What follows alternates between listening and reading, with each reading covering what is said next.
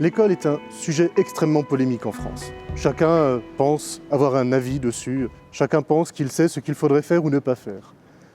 Pour ma part, une chose est sûre, c'est que ce qu'il ne faut pas faire, c'est réitérer les erreurs qui ont été commises sous le gouvernement Sarkozy-Fillon.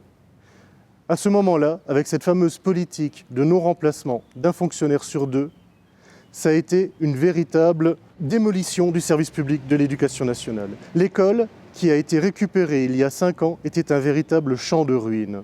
Le gouvernement, qui s'achève à présent, a essayé d'entreprendre de nombreuses réformes dans le domaine de l'éducation nationale. Il a remis des moyens dans l'école.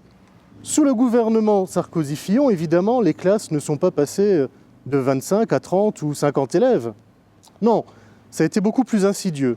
Ce qui a été supprimé, c'est tout ce qui ne se voit pas.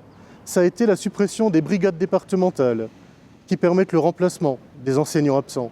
Ça a été la suppression des réseaux d'aide aux enfants en difficulté, les fameux RASED. Et puis, ça a été surtout la disparition de la formation initiale des enseignants. On prenait des élèves qui sortaient d'université et on les mettait directement, sans aucune formation, devant les élèves de l'école.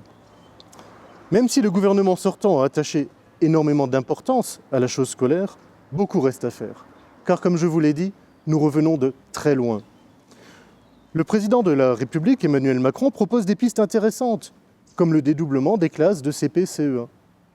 Sauf qu'il limite cette intervention aux classes situées en secteur sensible. C'est le reproche qu'on peut lui faire. Ça veut dire que chez nous, dans notre secteur, les enfants n'auraient aucune difficulté, n'auraient aucun mal à entrer dans les apprentissages. Tous seraient performants. Je ne le crois pas. Je pense que si cette décision de dédoubler les CP et CE1 est une bonne chose, car il est vrai que c'est au CP et CE1 que les apprentissages fondamentaux se construisent, notamment la lecture, eh bien, il n'est pas raisonnable, il n'est pas souhaitable qu'elle se limite au secteur sensible.